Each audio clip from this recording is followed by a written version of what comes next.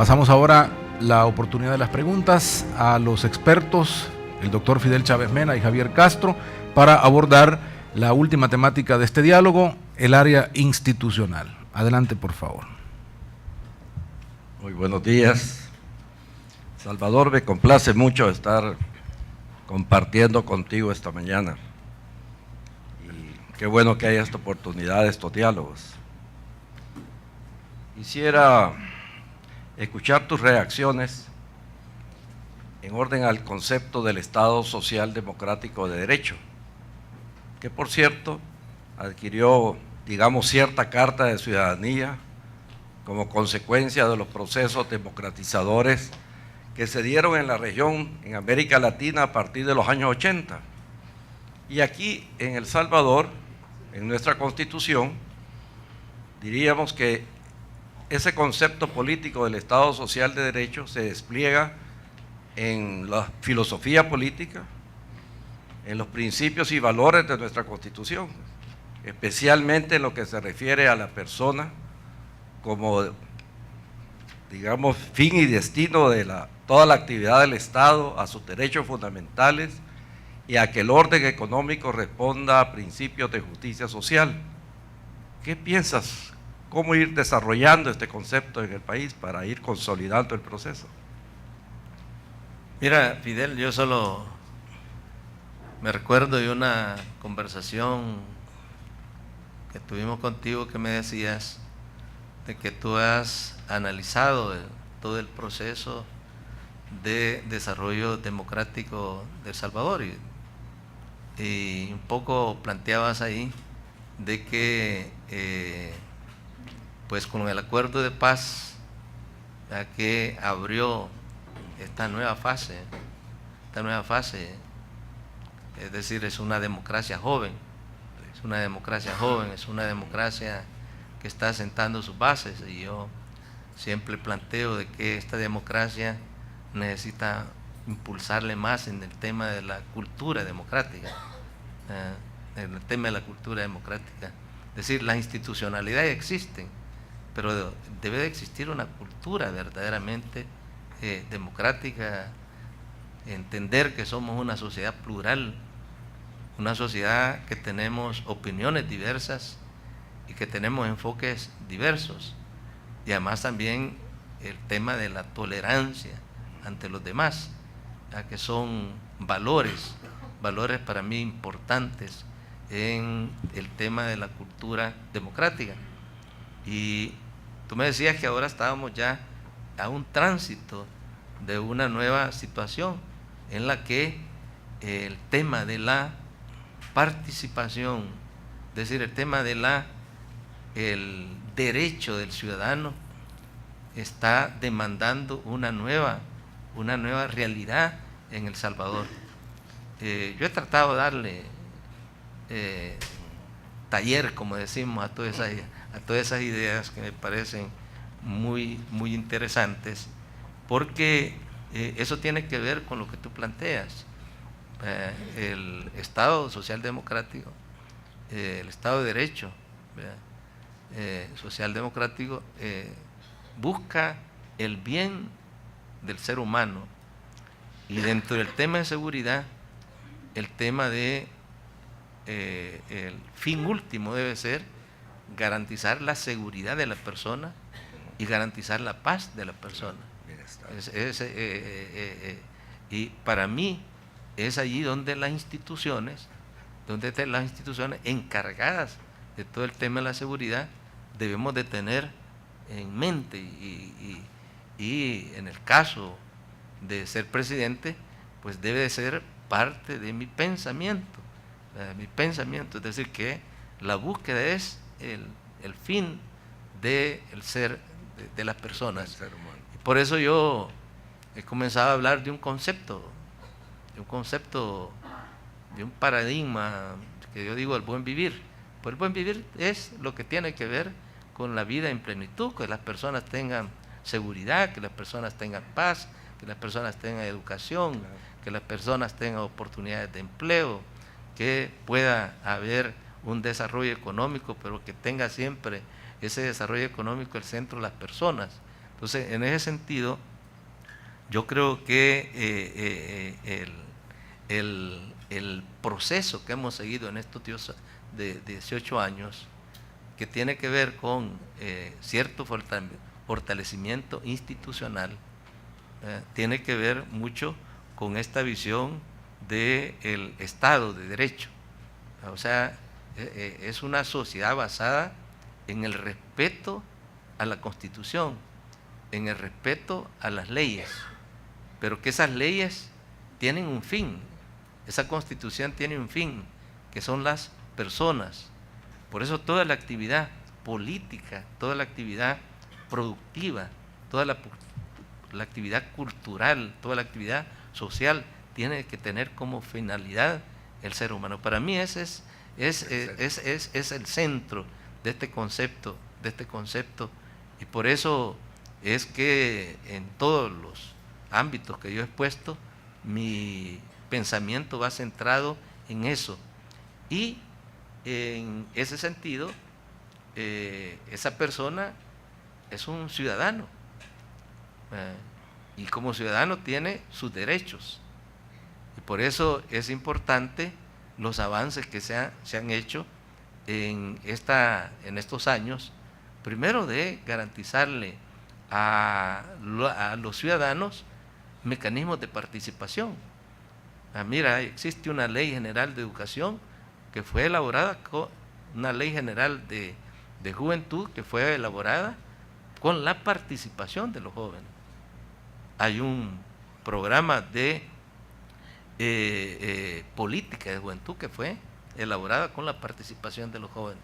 Para mí también el Estado social de derecho debe de permitir espacios de participación, es decir, que el ciudadano, y para mí el ciudadano no es solo el de 18 años en adelante, sino el tema de los niños, el tema de los jóvenes, el tema de los campesinos, el tema del obrero, es decir, todas las personas, ¿verdad?, deben de ejercerse ese derecho de ciudadanía. Entonces, yo comparto que tenemos que ir visualizando esta democracia, ¿verdad?, este Estado social de derecho, cómo lo vamos adecuando a estas nuevas realidades que se le están presentando al mundo y se nos están presentando también a nosotros. Y dentro de ese, siguiendo un hilo conductor de lo que tú acabas de mencionar, Salvador, aquí hay una doble transición. El país ha vivido, desde los acuerdos de paz y quizás un poco antes, una doble transición política. Venimos de una sociedad tradicional, prebendaria, con personalización de la cosa pública, clientelar, y lo que creo yo que este proceso ha ido impulsando es encaminarnos a una sociedad democrática, de instituciones y de leyes. Venimos también de una sociedad controlada y queremos llegar a una sociedad democrática. En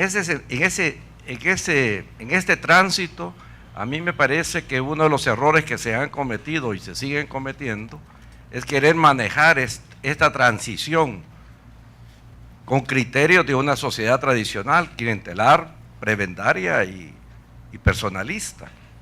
¿Qué piensas tú de cómo impulsar, darle un pulso mayor a este proceso?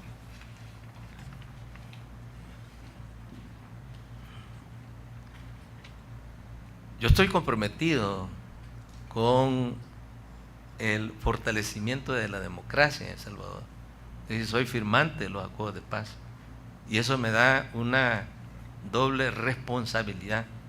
Y siendo presidente de la República, pues en mi programa uno de los componentes fundamentales es el cumplimiento de la Constitución, el cumplimiento del Estado social democrático y además también el cumplimiento de las leyes. Y eso pasa por fortalecer la institucionalidad del país, pasa por fortalecer la institucionalidad del país. Y yo creo que hemos avanzado en eso. Yo creo que el hecho de las reformas que se han hecho a el código electoral, las reformas que se han hecho, la elaboración de la ley de partidos políticos, también da instrumentos importantes en este sentido. La ley de acceso a la información también, también. Y aquí hay un aspecto que no sé si vamos a coincidir, ¿verdad?, en él, que es el tema de la independencia de poderes, que es fundamental, ¿verdad? Pero a mí me parece que la independencia debe complementarse con la armonización entre los órganos. Es decir,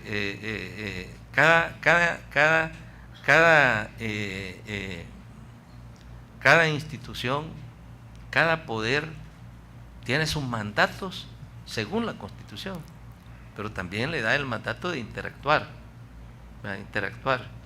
Y yo creo que aquí han existido momentos en estos últimos años en donde la interactuación entre los tres órganos ha facilitado a resolver, ¿verdad?, problemas que parecían insolubles y resueltos. Entonces, para mí el tema de la institucionalidad es importante y la independencia. Pero yo lo que quiero agregar es que una sociedad democrática que tiene pluralidad, que tiene opiniones diversas, debate. Y para mí no es crisis el debate. Es decir, creo que debemos de acostumbrarnos. Lo que sí no podemos permitir es que no se cumplan las resoluciones. Y las resoluciones tienen que cumplirse, ¿verdad? Pero el Ejecutivo, el Legislativo, el Judicial pueden debatir esas ideas. Lo que no se puede permitir es que se rompa la institucionalidad no cumpliendo las resoluciones. Pero que se discuta, que se debata, yo no creo que eso es crisis. Si eso se da en todos los países que han alcanzado mayores niveles de democracia en El Salvador. Y en este sentido, yo creo que hemos avanzado. La ley de acceso a la información es importante, es decir, una ley cada vez se va perfeccionando más. Es decir, muy difícilmente aprobada una ley tiene todos los mecanismos perfectos. Claro. Y por eso es que las instituciones son perfectibles, y por eso es que la Asamblea Legislativa puede utilizar sus mecanismos de ir reformando para ir perfeccionando las instituciones. Y las instituciones son perfectibles en ese sentido. Pero el hecho de que ahora cualquier ciudadano se le responde a su demanda de información, y que existe una institución y un instituto para ello, es importantísimo. La ley de ética gubernamental también es importantísima para garantizar de eso que tú dices, es decir, debemos de ir trabajando, debemos de ir avanzando en el perfeccionamiento de la democracia en nuestro país. Yo coincido totalmente con eso. La posibilidad de promover un acuerdo de gobernabilidad. Yo creo que hay que trabajar en encontrar ese acuerdo de gobernabilidad.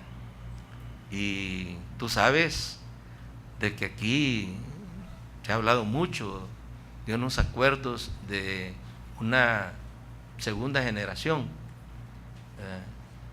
pero lo que no se ha podido es construirlos. No es que no existan mecanismos, existen mecanismos, ¿verdad? Hasta diferentes mecanismos.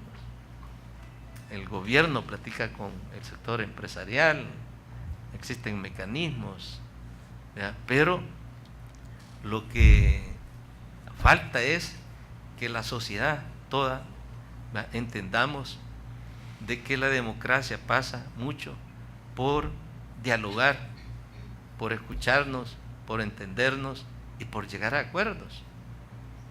Yo creo que ahora en estas intervenciones de los tres candidatos, ustedes podrán haber encontrado puntos en comunes, que lo que falta es comunicación. A veces lo que más falta es comunicación, y alrededor de esa comunicación se pueden encontrar los puntos comunes, y aquellos puntos difíciles pues hay que seguirlos debatiendo, hay que seguirlos encontrando soluciones. Pero lo que sí no debemos de perder es que en la mira debemos de tener el país. Es decir, en la mira debemos de tener el país, ¿verdad? Los sectores que actuemos, que trabajemos, tenemos que despojarnos de nuestros intereses y poner en función el país donde se unen los intereses de todos. El país es el único que puede unir los intereses de todos. Yo creo que ahora hablamos de crecimiento, todos hablamos de productividad, todos tenemos propuestas. Entonces allí podemos encontrar elementos comunes de entendimiento para sacar el país adelante y romper ese ciclo de bajo crecimiento. Nos quedan 8 minutos al bloque. Muy buenos días, señor vicepresidente. Es un gran gusto estar con usted esta mañana dialogando sobre estos temas tan importantes para el país. Yo me quiero referir, señor vicepresidente, al tema de la reforma constitucional. Este está regulado en la Constitución y dentro del proceso de reforma a la Constitución se señalan algunas disposiciones que no pueden ser reformadas. Estas se refieren al tema del sistema y forma de gobierno, se refieren al territorio y a la alternabilidad en el ejercicio de la presidencia. En el libro que usted escribió, El país que quiero, usted menciona de que está llegando la hora de provocar una reforma constitucional que supere estos conceptos rígidos o pétreos de la Constitución. Entonces, al respecto, le quisiera preguntar que me profundizara en ese punto y en qué puntos precisos usted cree que debería modificarse la Constitución y que lo prohíben esta cláusulas pétreas como está regulado actualmente en la Constitución. Mira, evidentemente hay temas que deben de ser artículos pétreos, es decir, el sistema democrático del país pues es básico, pensar reformarlo, pensar transformarlo.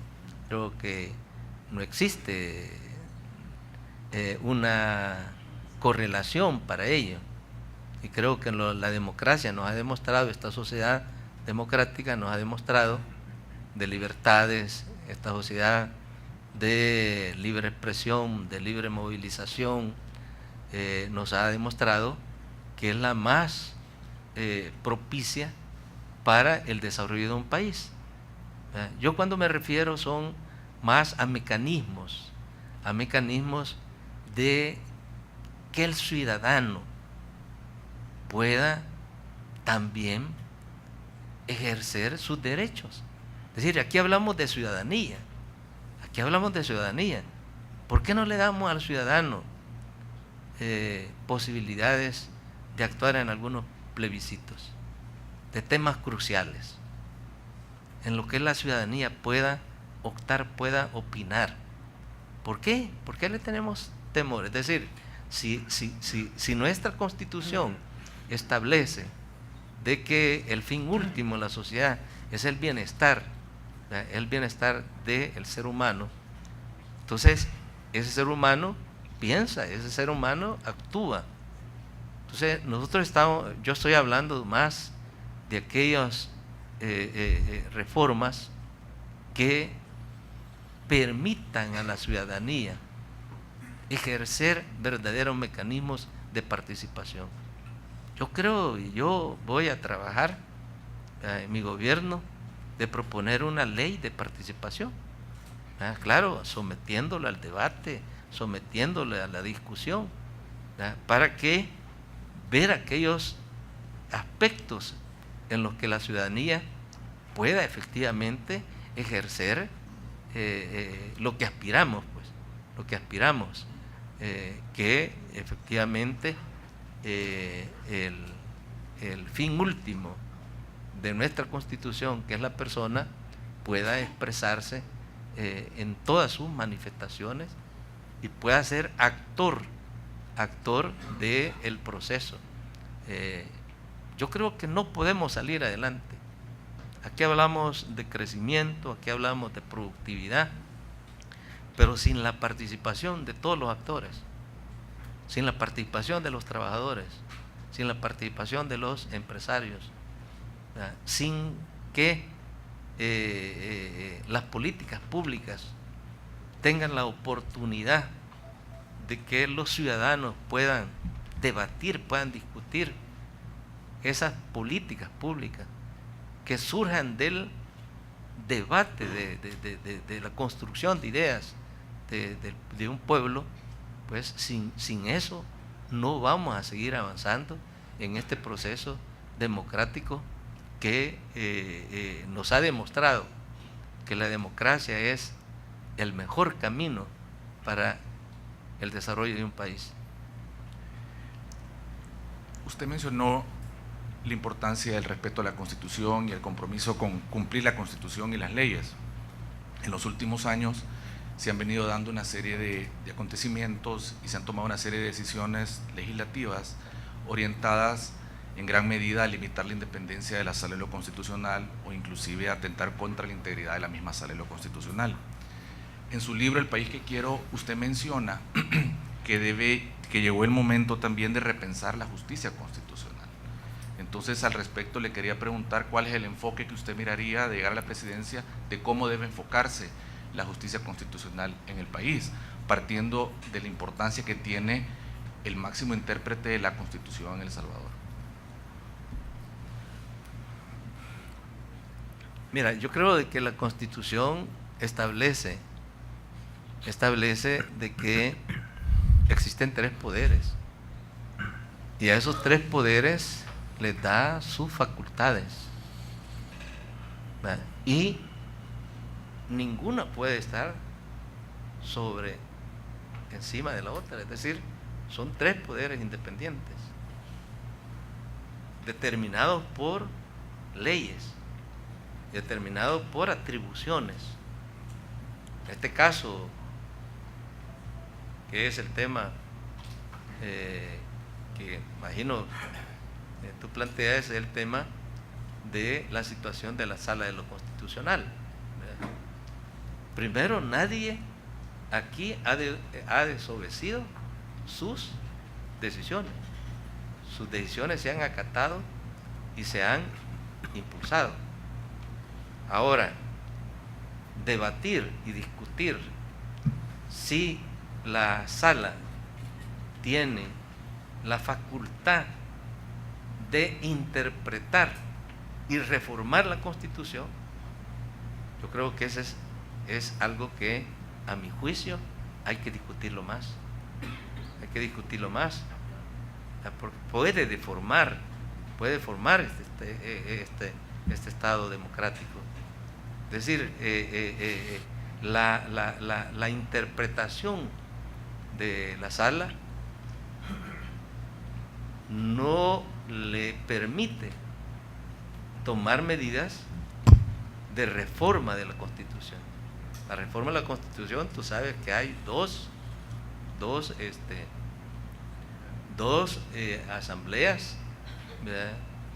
Una la aprueba y otra la ratifica. Es un mecanismo, a mi juicio, adecuado, correcto, que ha dado buenos resultados. Yo creo que debatir eso no implica que haya deterioro de la institucionalidad. El otro aspecto que creo que ha estado mucho en el debate es las elecciones de segundo grado. Las elecciones de segundo grado, que mucho se ha criticado que dada la correlación de fuerza que ahora tiene la Asamblea Legislativa, pues se imponen los criterios políticos.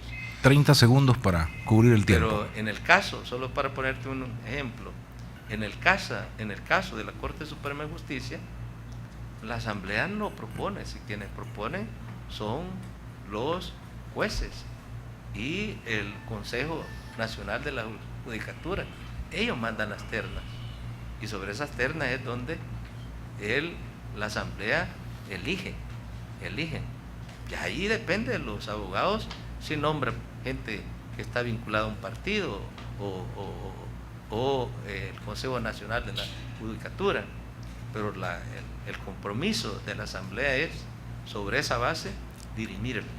Yo creo que estos son temas, como te repito, que deben de estar abiertos al debate, ¿ya? Porque hay opiniones diversas, y yo creo que no hay que tenerle temor a debatir estos temas para tener la mayor claridad posible. Gracias a los expertos en el área institucional, Javier Castro y el doctor Fidel Chávez Mena. Gracias también al candidato por habernos permitido esta conversación. Agradecemos el seguimiento que se le está dando a estos foros presidenciales. Mañana culminaremos el recorrido por las 5 propuestas y estará invitado el señor Oscar Lemus del Partido Fraternidad Patriota Salvadoreña. Muchísimas gracias y buen día.